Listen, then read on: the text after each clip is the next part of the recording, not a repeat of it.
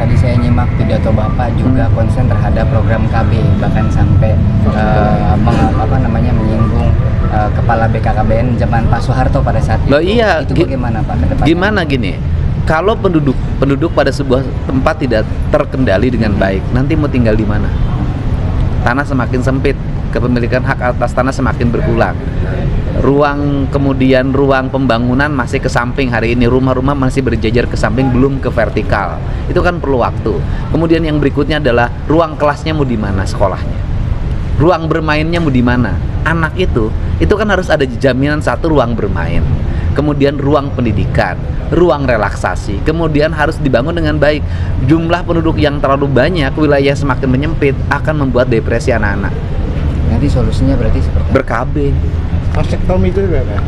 Pilihan KB itu banyak, baik pilihan laki-laki maupun perempuan, asal punya niat yang baik gitu loh. Jangan sampai ketika diajak ber-KB nolak-nolak KB. Nanti giliran melahirkan nyari gubernur lagi karena nggak bisa ditebus di rumah sakit.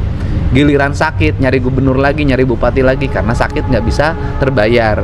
Kemudian giliran anak nakal, kemudian lukai orang, bagian gubernur lagi harus bayarin yang dilukai. Kan nggak boleh terus-terusan begini.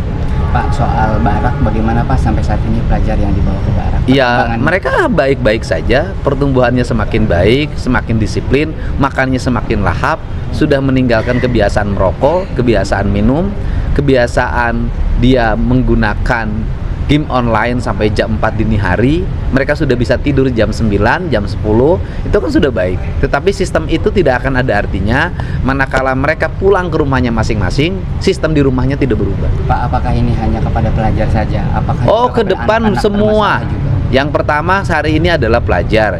Yang berikutnya adalah orang-orang dewasa yang kerjanya mabok, malas-malasan, tidak mau menafkahi istri dengan baik, ya kan? Rajin bikin anak tapi tidak rajin bertanggung jawab terhadap pendidikan anaknya.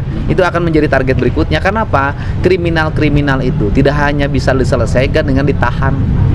Orang misalnya nyurinya cuma ayam 1 ekor, di penjara, besoknya jadi nyuri kambing.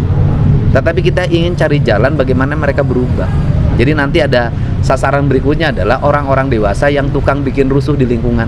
Kalau ASN yang ASN malas akan menjadi garapan kita, ya. Pak, mengenai penamaan gedung ini menjadi Balai Dewata. Jaya Dewata. Jawa Dewata itu kan nama dari Prabu Siliwangi. Prabu Siliwangi itu kan leluhurnya orang Cirebon. Dan itu kemudian menjadi tanya budayawan lokal, katanya tidak dilibatkan, mereka respon Bapak sendiri. Iya. Gini, kan ada hal-hal yang bersifat penamaan. Itu kan saya juga punya intuisi yang harus saya terapkan.